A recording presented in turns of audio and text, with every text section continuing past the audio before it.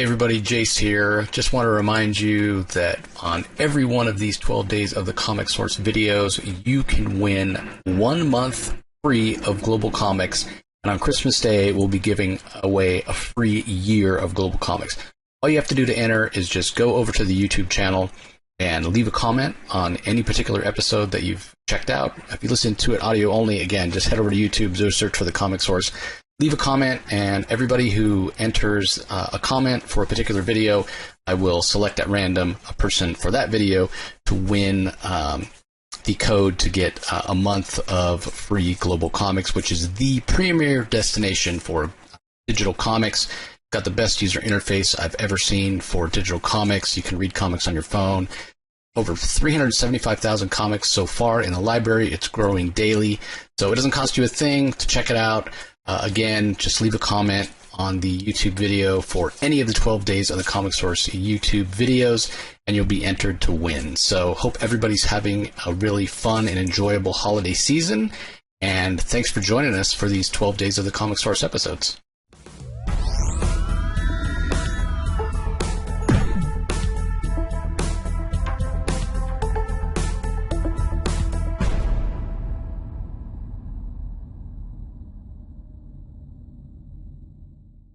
Hello, everybody. Welcome to a special Christmas Eve episode of the Comic Source. Thank you all for joining us for 12 days of the Comic Source, celebrating comics these 12 days leading up to Christmas. My pleasure to welcome back to the show many times. He's been on, a friend of the show, just a fantastic creator, Scott Snyder. Thanks for taking the time.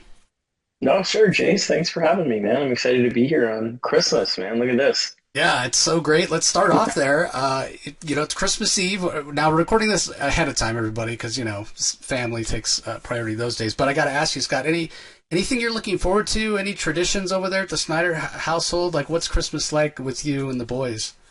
Oh, yeah, man. Well, it's just funny because they're all such different ages. We have like 17, they're all boys, but it's like 17, 13, and 5. So you have like the full spread of like one that wants like expensive, he wants like sneakers and whatever, one that's still into like comics, baseball cards, Legos, and then the 5-year-old who's just like happy to get anything wrapped that he just like, thrilled. So it's like a very wide spread of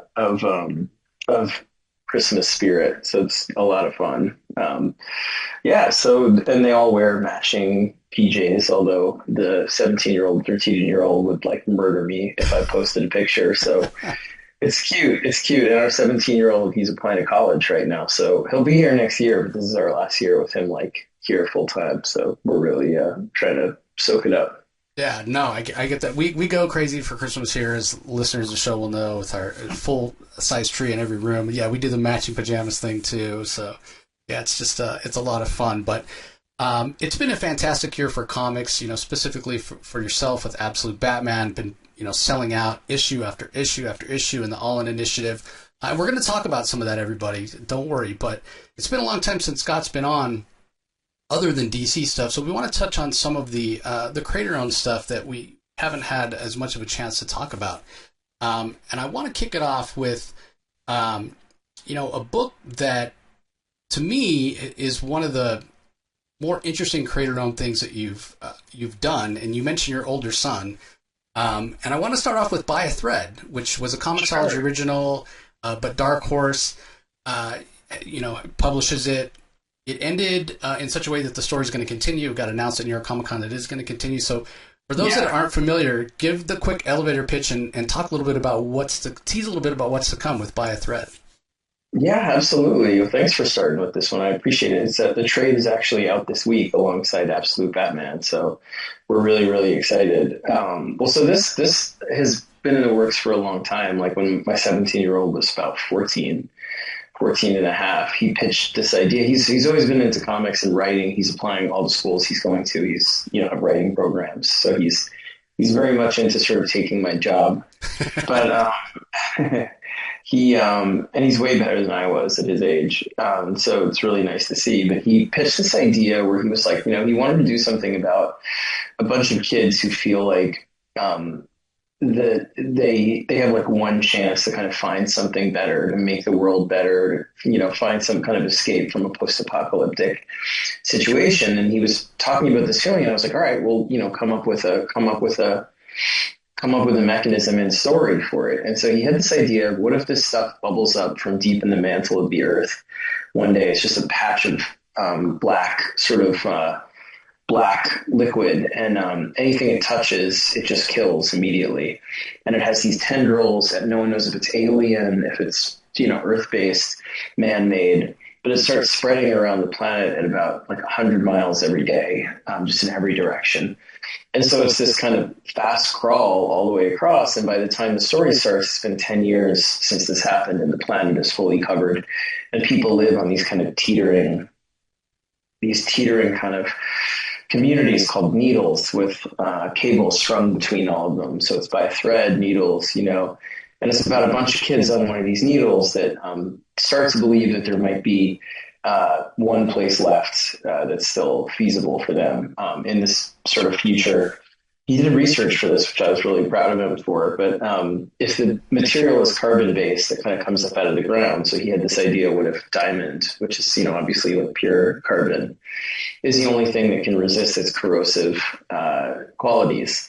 So the kids believe that their diamonds might have kind of risen up from the mantle, because in reality, in real life, like in the Earth's mantle, there's whole huge mountain ranges of inverted diamonds, like upside down. But they're so, like, everyone would be rich if we could reach them. But, we can only dig about a mile into the Earth, and these are like, 50 miles down. So anyway, they believe that one of these, these ranges might have popped up because the crust has become so fluid. And so they go to find one. And so that's kind of the longest elevator ride in the world pitch. But that's the premise of it, and I love the book. And we have an incredible co-creator, Valeria Fabaccia, who's an Italian artist. They're unbelievable and really, really excited. And Whitney Kogar does the colors, and World Darren, who does a bunch of stuff with me, does the letters. And I'm just really, really proud of it. We're starting season 2 right now. It's the first issue is almost done. It'll start up again soon. So we're really excited about it. Yeah, it's a whole lot of fun, everybody. Think like Goonies in a way, that adventurous feel of Goonies, but in this post-apocalyptic world where the kids are really like, hey, the adults, they're doing their best to keep them safe on these needles, like you say, but what really struck me, because I reread the whole thing recently, maybe about a month ago, was this sense of the kids saying, we're not going to live like this. Like, the adults just want them to kind of stay on the needles and stay safe and do what they can to survive, but the kids want something better. So there's a hopefulness for the future that I think we really need right now. So I think that's something, and correct me if I'm wrong, that your son wanted to explore. He's the one that kind of brought that theme to the story. Yeah, absolutely. And he, that it is. And honestly, seeing him and his attitude about these things, and seeing his friends' attitudes about, not really being willing to accept the world the way it is, when I think I look at them and I'm like, oh my God, the challenges they're facing, the world we're handing them, from all of its kind of political chaos to its huge systemic problems, whether it's climate change or, just everywhere you look, there's like an iceberg of a problem. They seem really unwilling to kind of become apathetic about things. And secretly, like, that's kind of the heart of absolute Batman as well. I'm sort of the Alfred character in that book, watching Batman, who I see more as like my kid, his generation, their generation of young person, who just really is like, force of nature, refuses to back down, refuses to accept things the way they are. So this book was sort of watching him really explore that, or use that as an engine, that kind of desire to resist and to change things and to defy the odds. And so I think I probably carried that forward into Batman. Yeah, no, it started, when you mentioned, when he was 14, now he's 17. There's so much change and growth as a person in that time. So I'm curious about the creative process. Is he doing more now in terms of scripting, or was he always doing that heavy lifting? How does the partnership work? Yeah, he's doing a lot more now. I mean, when we started, it was very much like I was showing him how to script, and He had written a lot of short stories, a lot of he had done even a tiny bit, a class over the summer about screenplay. But comic scripting is really different, mostly because it's so intensely collaborative with the person you're working with. Artistically. So it's not like writing a movie script or a TV script and then just sending it off into the ether. It's really thinking about how this person works, talking to them, making sure that they're excited about every element, being flexible, changing things that might not work for them. And so he and Valeria became close. They're a great team. And then I get to oversee it and then now he's doing more of the scripting. At first, I think it was more like, let me show you, you tell me what's happening and let me show you like what you want to happen. And I'll show you how the different ways we can panel this, or the different ways we can write this. And so, now he's like much more old hand at it. So it's fun to see. Oh, he really is coming for your job. You're not kidding. Yeah, it's fun because he's always wanted to be a writer and he's really serious about it right now. But he's also like, it's interesting watching him go off to college and sort of think about it where he's like, maybe I like fiction, maybe I like, screenplay, maybe I'm not really sure. He even is trying poetry and which, look, I love poetry and I have some friends that are poets and like, I always I love them to death and I'm always like, go for it. But like being a parent of a poet, it's a little worrisome where I'm like, there's not a lot of like, blockbuster summer poems, but that said, like God bless them, I love it. I've, again, a lot of friends that do it. So and like now I sound like my parents, like watching me become a comic writer, where it was like, who thought you could make a living doing comics, But you don't do it for that. That's not why you started. So I appreciate the fact that he's kind of exploratory and searching. Well, especially you being a creative as well, and hey, this is the time to. It's okay if he doesn't know exactly what he wants to do. This is the time to kind of explore and get a chance to try things because it only comes around once. Well, that's what I want him to do. I don't want him to feel like that's what I was encouraging him to do. I think too, where it's like I was a strange kid, and my wife was similar. Like we both knew what we wanted to do early, and I think part of it was also like it was a way to define ourselves against our parents and our background. My wife.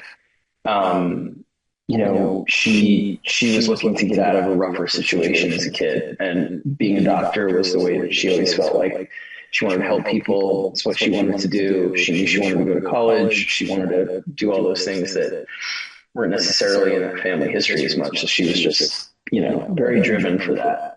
And for me, I think it was more like I'm from a family of people in medicine and all of that. So she's kind of like the son that my dad never had. This is my joke that I always say. They always talk about it. But for me, the part of the fun thing was, I picked this thing and I wanted to do it, and I think there was a bit of rebelliousness about being like, it's something you can't help me with. You can't. There's nothing that you can do in this world that you know nothing about. So.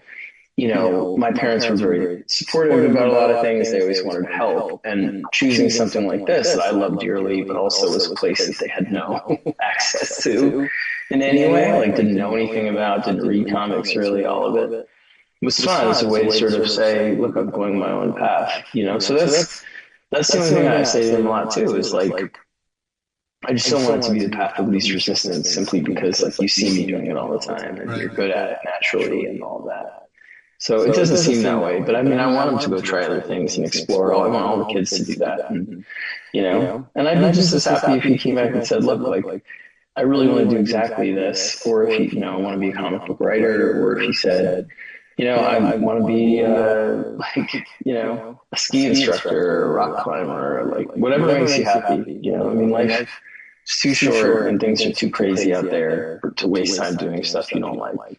Is our advice to them. I don't care what he does, as long as it doesn't hurt anybody, as long as it's not something I hope it's not something I don't want him to be a UFC fighter or something that I would die having to watch.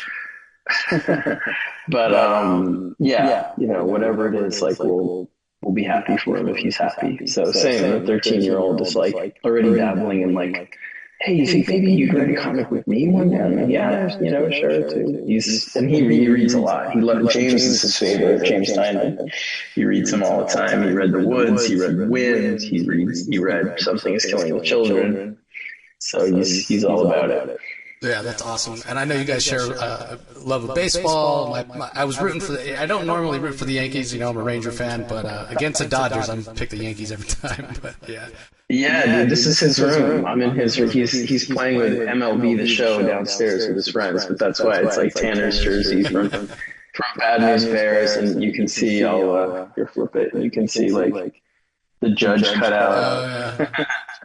So yeah, we're crazy baseball fans. We have like, it was fun because I followed him down that rabbit hole. You know, I just never was into sports. I mean, I was like pure comic book Dungeons and Dragons nerd. My handwriting still looks like my Dungeon Master handwriting. My A is like the old English A, like, you know, whatever. Despite, you know, having a lot of friends into sports. And so when he just got into baseball because he's one of those kids that like loves, you know, systems that he can kind of like. He loved Star Wars when he was little because he loved memorizing all the different things. And baseball was suddenly all the statistics, you know, all the kind of, you know, what cards are worth. He loved baseball cards, and that got him into baseball, from Pokemon to baseball cards to that. And now we just love baseball together. And he's been into it for about 5 years, knows everything about everything from, I mean, like, he's an encyclopedia of baseball. So, you know, I try and keep up with him, but it's been a lot of fun. So we have like these partial season tickets to the Yankees with my father, who always loved Yankees and baseball. He grew up not far from Yankee Stadium, so he's like, you know, diehard Mickey Mantle, all that kind of stuff. He has a ball, Mickey Mantle ball. So he's like, you know, so we go a lot together, the three of us, and sometimes the 17-year-old comes too. He's a baseball fan, but you know, he's got his own life. So so they're very funny. They're all very different. You know, they're very different. The 17-year-old very very confident, very, you know, worries about almost nothing. And then the 13-year-old is a little more like me, where he worries about a lot. Yeah. Well, you know, it's funny that you bring that up. Let's move on to the next book, and I want to talk about this briefly because it's sort of funny to me because it ties in with something else we'll talk about after this one. But so much of your stuff is horror, but it's interesting because specifically Night at the Ghoul that you did with Francesco Francavilla, and then you have another book from Distillery that I want to talk about that you did with him as well. But this is a father-son story.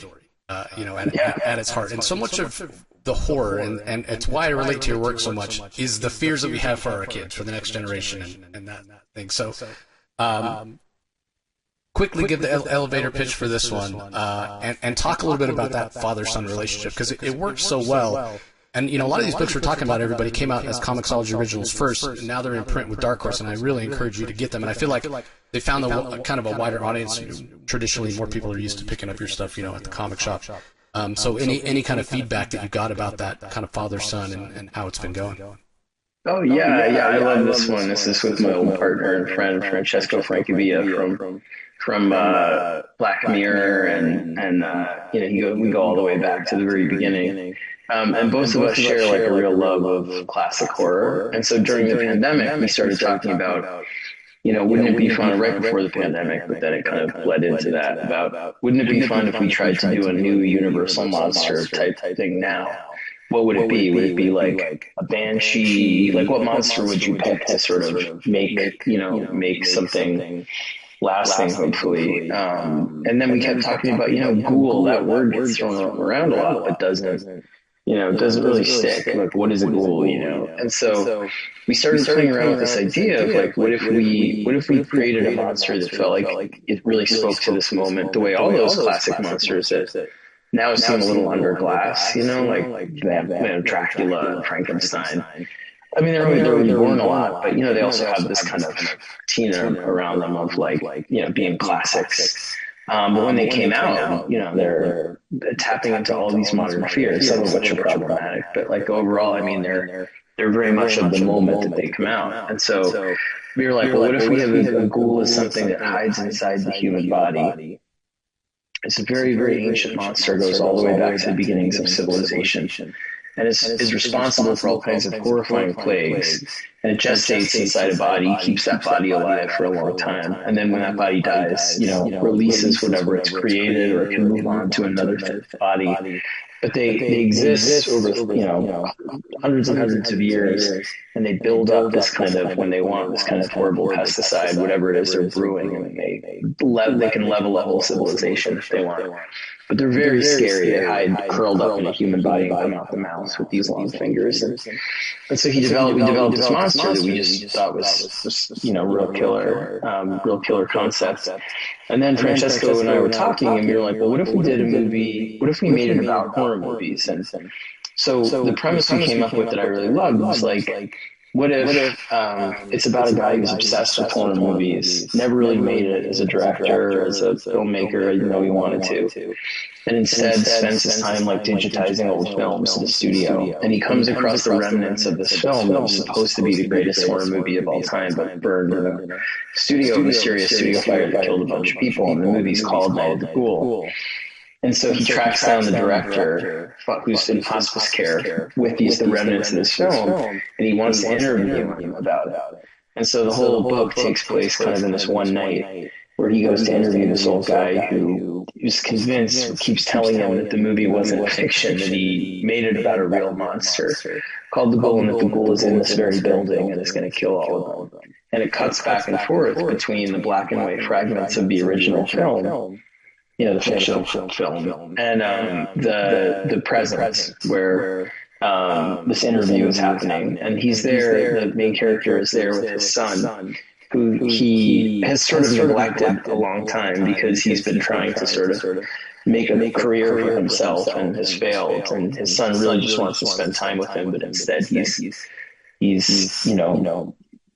sort of convinced himself that if he makes something of himself, work-wise, that his son will think more of him, when ultimately he just wants to, all his kid wants is to get to actually connect with him. So that's the kind of context of the story. It's very dark. It's a very dark, I love it. It's super gross and scary.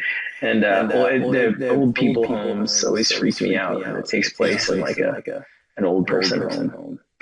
Yeah, especially when they talk about the smell. I remember having to go visit several grandparents there. It's always the smell, and it just feels creepy. And especially when you're young, it's like, yeah. So that's kind of the whole thing, and it's honestly one of the books I'm proudest of that I've done in my career. I mean, I'm proud of all of them in different ways, but this is one of those rare ones that just like really clicked. Like the concept of it, Francesco as the perfect sort of partner on it. It really came together well. I'm deeply proud of this one, and we were really lucky. It's over at 20th Century right now. So most of the stuff from the Comixology that we did wound up getting optioned. I'm really excited about that. Like, not because I care about being in film or any of that stuff, but when I did American Vampire and some of the stuff early on, we signed away the rights to a bunch of things, which everybody does, or maybe not anymore, but back then, it was par for the course. When you're starting your career, there wasn't. I didn't know that there was really a place that you could avoid doing that. There was Image, but I didn't realize you could do a book in Image when you were new. Now you can. I'm not even sure you could then. Right, yeah. But anyway, the point is, everywhere took their rights. And so, with something like American Vampire, we don't really have any control over that, or any say in what happens to it, which is hard when you put a lot of effort into something and you love it. And so with these, like, the fun was owning the properties with the co-creators. Comixology was great about they don't take anything, they just let you make the book, and then you can give it to sell it to them or wherever you want. And so having places, it gave us a way of really feeling ownership over the stuff that we were making, me and Jock, with Book of Evil, Greg and me with We Have Demons, which is also somewhere, but it's just finalizing, so we can't really say. But the Clear also is with is optioned for live action, not animation, and then so we've been really lucky. It's been great, but it's having control, having ownership over the stuff. with your partner has been exciting. Noctera, that was the other one too. Yeah, so that was Netflix. Yeah, so it's a different level of it's a different level of sort of partnership when you feel like you get to own it together, 50-50, you know. Yeah, and I know so this is one we have got a chance to talk about the last time you were on, but I wanted to throw the graphic up there, everybody, because it's fantastic. Really highly recommend it. Francis Manipold's art is out of this world, and it's awesome. Go back and look for our interview when Scott and I chat about that. But the one thing I did want to touch on, since you brought up option, I know you've also been really busy this year working on Wytches when you mentioned animation. So for Wytches fans, let's touch on it briefly. Do we have like a maybe not a firm date, but like an idea? Is it coming? Is it going to debut? It's coming on Amazon, if I'm not mistaken. It's Amazon. It's the same team, like producer-wise, that does Invincible. So it's that crew, and there's so much I could say about it. Like we're all done with season 1 in terms of writing. We're done with season 2 in terms of writing. And right now we're in production. So it's mostly cast. I can't tell you who's in it, but there's some really awesome people in it, people that you would recognize. And we're going to start with the records of the episodes in January. So I'm really, really thrilled. I get to listen to this and be a part. Jock is super involved. We're gonna have some cool stuff to say about that soon too, because he's been really hands on. So we just can't wait for you guys to see it. There's 30 little test animation that I've showed friends and family and stuff, and it looks like Jock's art come to life. So it's awesome. It'll be. I mean, I was hoping 25, but it's most likely going to be into 26 or so, just the strike and everything pushed everything back in terms of production. But I'm sure we'll start being able to talk more about it and show stuff from it a lot sooner than that. So that's my hope. Yeah, so I'll just allowed to say anything. Right? We don't want to get in any trouble. And I think that the casting is a big thing for Wytches fans. Once people are announced, especially as you said, they're going to be names they recognize. People are going to get even more excited and really be anticipating it. So I'll just ask you this about the cast. Are they people that you were hoping that you would get first? Yeah. Jock and I have been able to be involved in all of that. So we're there casting with the casting director, with the producer, with my co-showrunner Marianne, and we talked with the Plan B and Amazon about who would be good and make a list together of people and. So they're all people that we wanted to go out to. Terrific. They've been amazing about letting us just be in charge, or not in charge, but be involved in all of this whole process. So I can't say enough good things about everybody at Amazon and everything. They've been fantastic. I'd love to just keep doing stuff there for as long as they'll have us. Cool. Well, fingers crossed, everybody, that's sooner than later. But we'll be patient. I know it's worth the wait. Let's pivot back to the book that you're currently doing with Francesco. We were talking about Night of the Ghoul. This White Boat book, 2 issues have been out so far, everybody, from Distillery. You want to talk about family? This one's twin brothers. One gets lost at sea. Oh man, this one is out there, and it feels a little. The word I would use is more intense. Night of the Ghoul feels very classic and very terrifying. Great read for a rainy night, Halloween read, if you will.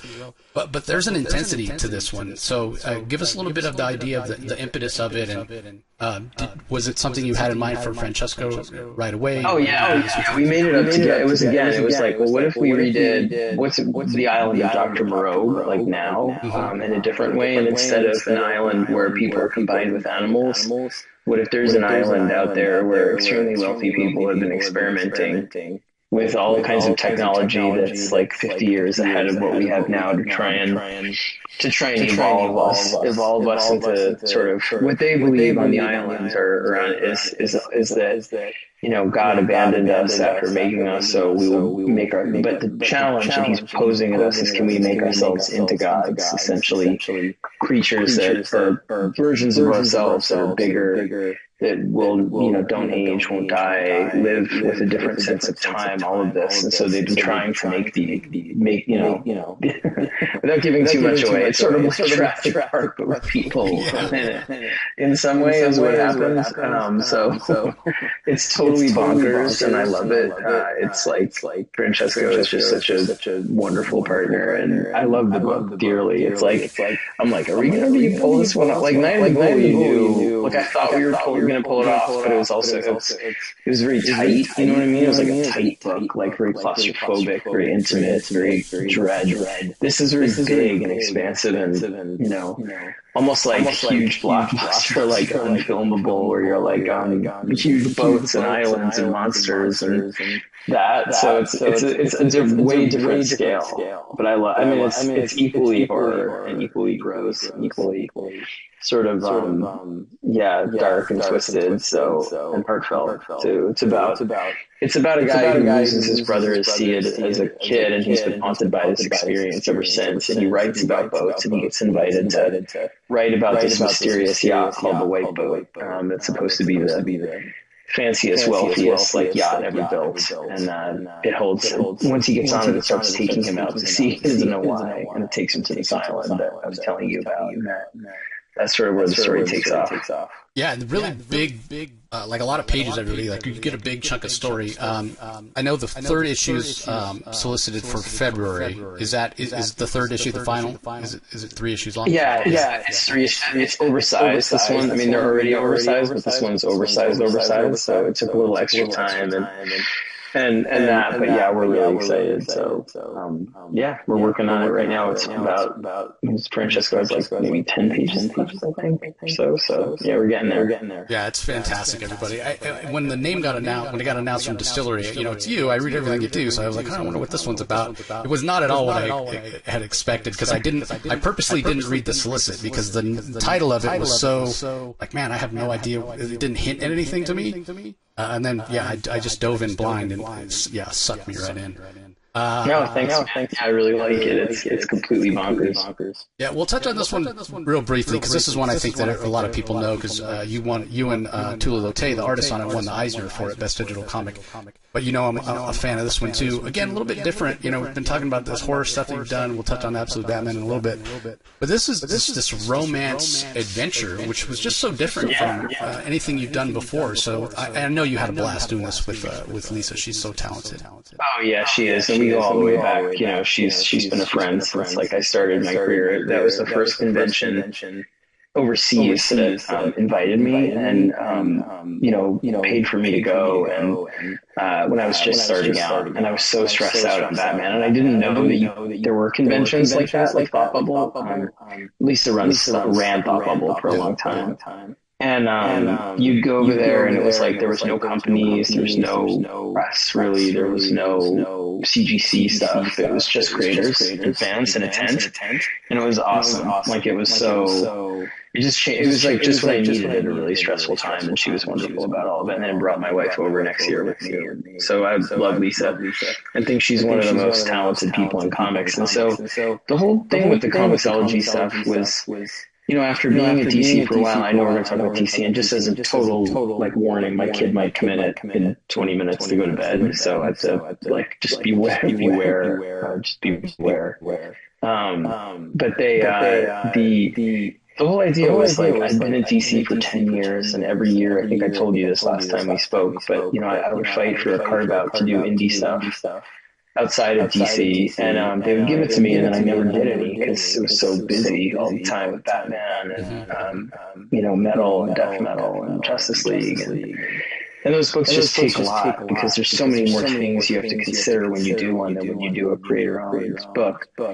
And so the goal with the Comixology stuff was, I want to challenge myself and do things that I haven't tried before. And some of that was trying things that were comfort food, like horror and action with Greg. But the challenge was doing something that we make up from scratch and own together. Other things were trying to make books with people that I'd never worked with before, like Jamal Igle Dan Panosian, and Lisa. We had only done one issue together, really, for Batman.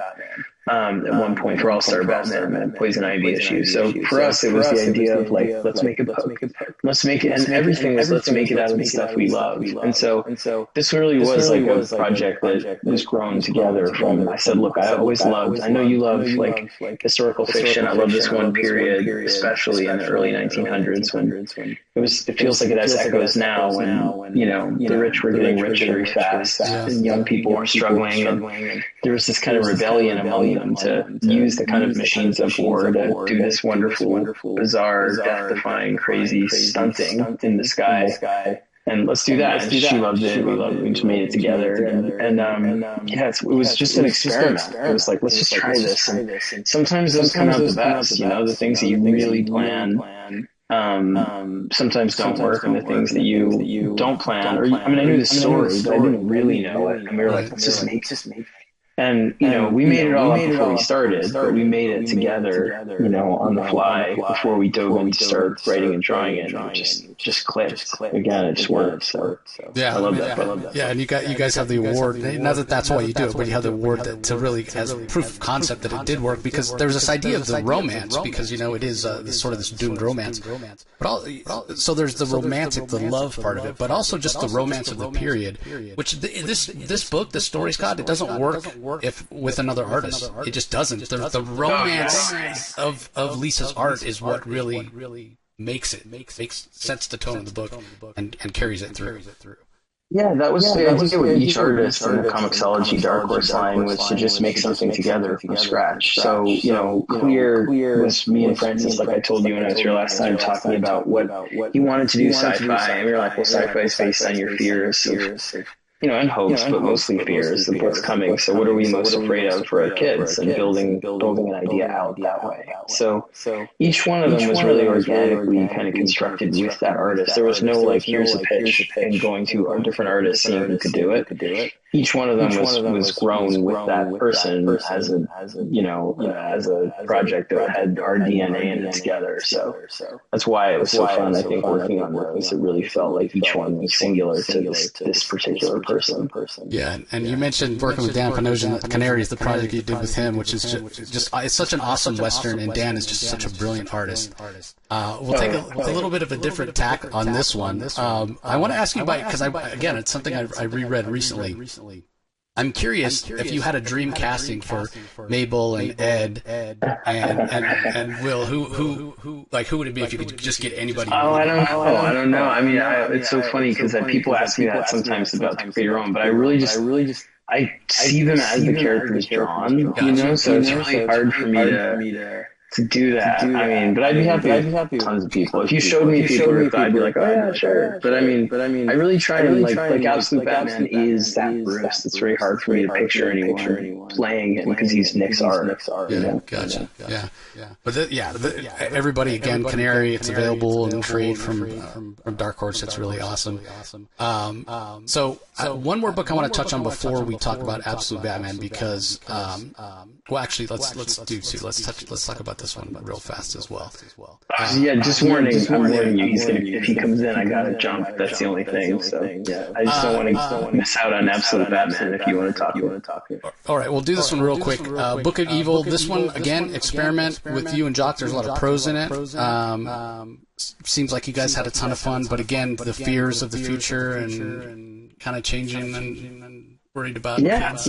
It's about like a future where like, what if tomorrow 90-something% of the world's population are born psychopaths and nobody knows why, and they present this sensibility at puberty or in their teenage years.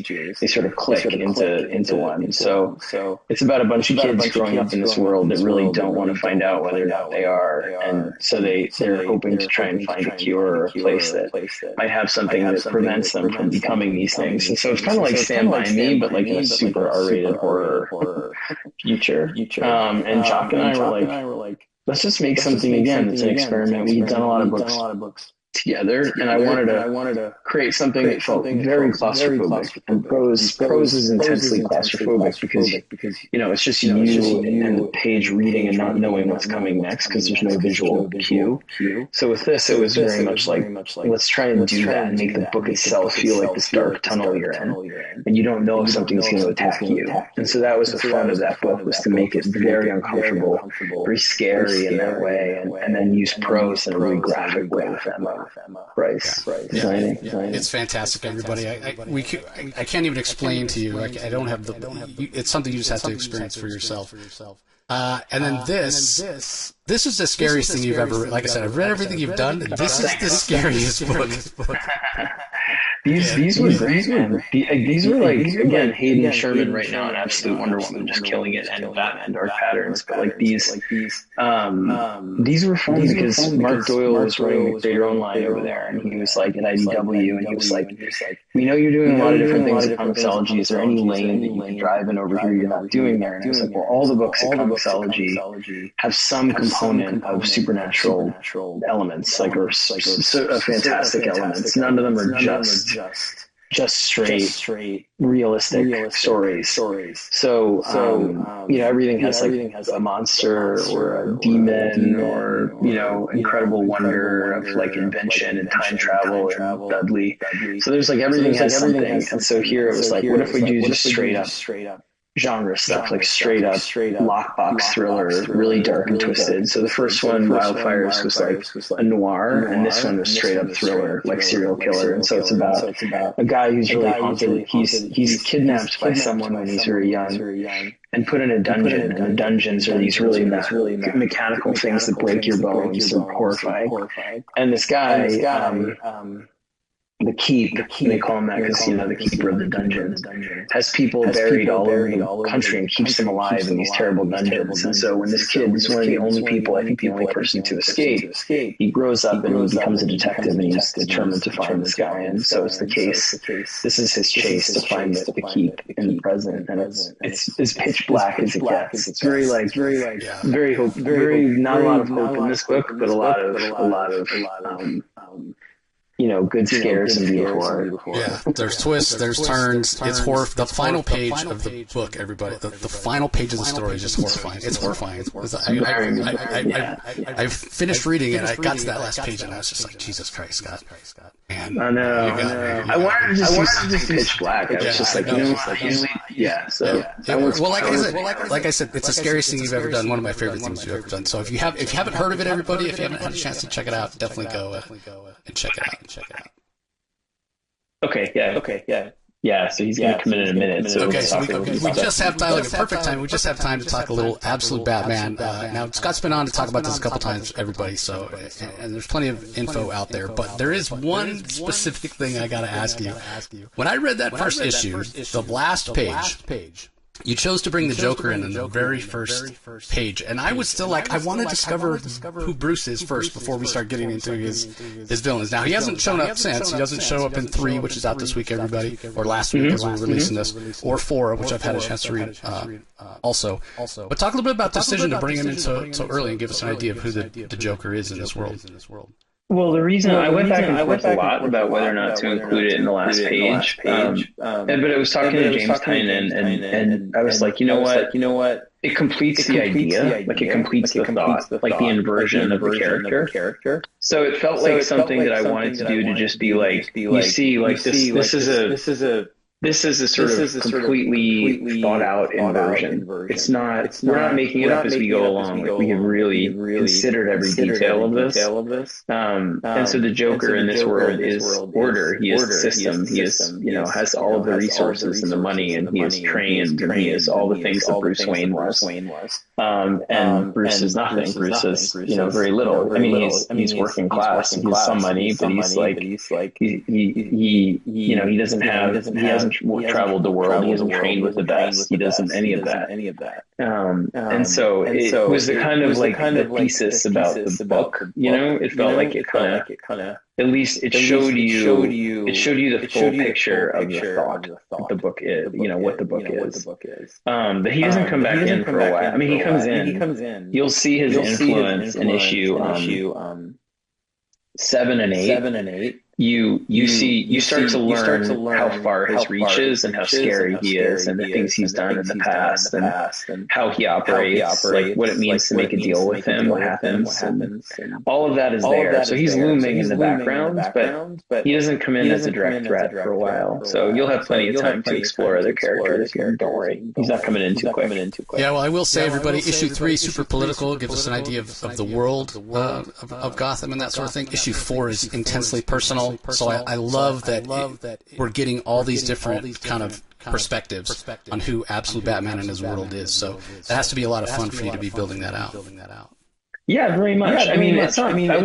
3 isn't political in that it's making like a political statement necessarily. I mean, I think it's more about the politics of Gotham, like the mayorship and what's happening.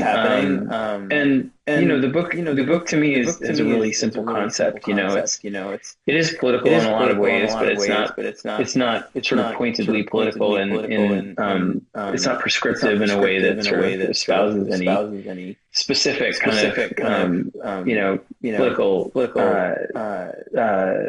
ideas or policies.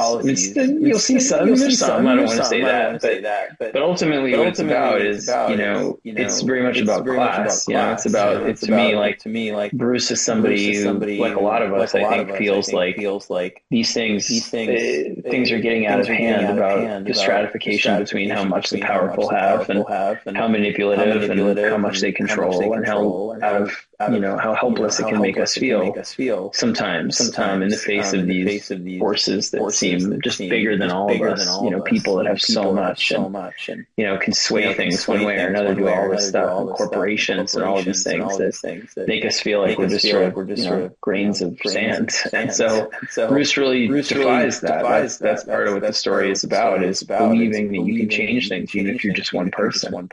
In the face of that, and I love writing it. I just love writing it because he really is this immovable object and a force, unstoppable force both, where he's just like I don't care. You're not going to convince me that I can't do it. I'm just going to do it. Yeah. And it gets bigger and bigger. Like he really learns a lot by the end of. In arc 1, it's really Alfred learning. In arc 2 and 3, Bruce really learns the cost of doing what he's doing, and is it still worth it? And what it will take to really affect things in a big way. You have to bring in other people and all that. So it's a really. I mean, I just everything in it feels so new to me. Like I love writing it because it's just completely wide open. Well, we're taking one of the most popular fictional characters, certainly DC's most popular character, and introducing this idea that's very much an idea that I think a lot of people are really in love with right now. This idea of class and pushing back against that. So it's like the perfect book at the perfect time, which the numbers are bearing that out. So congrats on the success of it. Thanks, man. Yeah, it's funny because sometimes you don't plan it that way. Like, I mean, I didn't. It was when I started planning it and talking about it 2 years ago. So it doesn't mean those things weren't in the air then; they were in the air, but they're much more in the air now. And so it was just this feeling, doing a lot of research and reading about the 1980s to now, and the sort of disconnection between corporations and the people that work that actually labor for them, and the sort of the rise of the stock market, rise of shareholders, the lowering of any kind of taxation or accountability on these things, and all of it. It just feels like there's this growing divide between the people that can affect things and have power and have ability, and the rapid exponential growth of billionaires and the exponential growth of the working poor. Like, it's just like this barbell that keeps going like this. And so just reading about it and becoming more and more uncomfortable.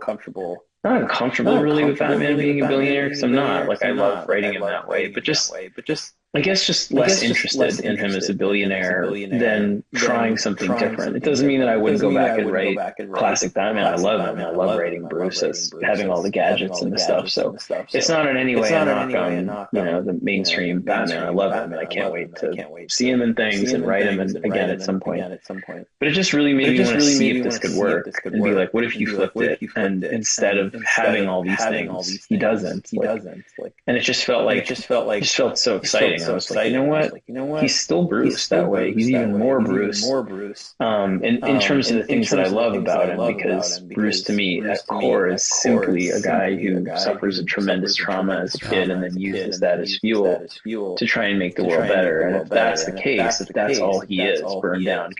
Some people don't think that. Some people really think he's dependent on the money and all of that stuff, and that's okay. Like I'm not, that's an argument we can have. And I'm not saying that that's not true. Like that might be true for you. For me, that's all Bruce is what I just said, and that means it can be applied to this kind of thing, and then it actually takes power from being applied to this, where he suddenly is like even cooler and more badass to me because he suffers the same kind of thing. And it's just like, I don't even care if I have nothing. I'm going out and doing it even harder. Yeah, it's almost more tragic, and you'll see what I mean, everybody, when you read issue 4, just how the trauma has affected him. So anyway, Scott, thanks so much for taking the time, man, especially during the holiday season. I know how busy you are over there, so I really appreciate it. Merry Christmas and everything. Happy holidays to everybody out there. And I love coming out. I love you guys, Comic Source. You're awesome, Jace. I'm a big fan of what you guys do, so I appreciate it. Yeah, and remind everybody we're the best place to follow. If somebody has a chance to check out some of the stuff, wants to give some feedback, or know, hey, when's Wytches news coming, that sort of thing. Remind them where the best place to follow. The easiest. I mean, I'm on all social media. I'm on Twitter, but I don't use it quite as much as I use Blue Sky these days. But I'm on it. You can always, my DMs are open. Same thing with Blue Sky. You can always just reach out to me. I try and read those. And I'm on Instagram, and that's more, family stuff and that. But really, where I do most of my posting is over on our newsletter. We just had our 200th, actually. We've been doing it for 4+ years over at Substack. So it's Our Best Jacket, and it's like OUR Best Jacket with 2 T's, because it was Jack and Emmett. It was my 2 older sons. We didn't have Quinn yet, or third, so that's why it's like a combination of our first 2. So our Best Jacket with 2 T's at if you just look that up, like Scott Snyder, our best jacket. And I do a newsletter, and I post at least, probably every week, sometimes more, just thoughts, but also updates on the stuff we're doing. And we do a class over there once a month that you can do for a paid subscription. It's only $7. And all kinds of stuff. So that's really where I recommend, if you want like the actual kind of back and forth, and not just like the little, hey, we have a book coming out, which we do on social media. Go over there, and I do a lot of stuff on Substack. Yeah, fantastic. So I'll put a link to Scott's social media and the Substack, so you can subscribe to the newsletter. I'm a subscriber. I check it out. It's definitely a way to keep up with what Scott's got going on. So, again, Scott, thanks so much for taking the time, man. I really appreciate it. Yeah, thank you so much, Jace. Talk to you soon. Yep. And so everybody out there, whether you're joining us on YouTube or the audio-only feed, we appreciate you taking the time, and we'll talk to you on the next one. Recording stopped. Thanks, brother. I'm going to run just because my kid's about to come in. But it was great talking to you, man. Yeah, have great holidays. My best to everybody. Thanks. And 3, you think 3 and 4 hold up to 1 and 2, right? I'm really proud of those. Yeah, 100%. Yeah, 3, like I said, gets into the politics of Gotham, interesting, but then swings back super personal in 4 with him being on the stand and like, I fucking hate you. I was just like, oh shit. Yeah, it's fantastic, dude. Really, really great. Thanks, man. I love it. All right, take care, man. Take care, man.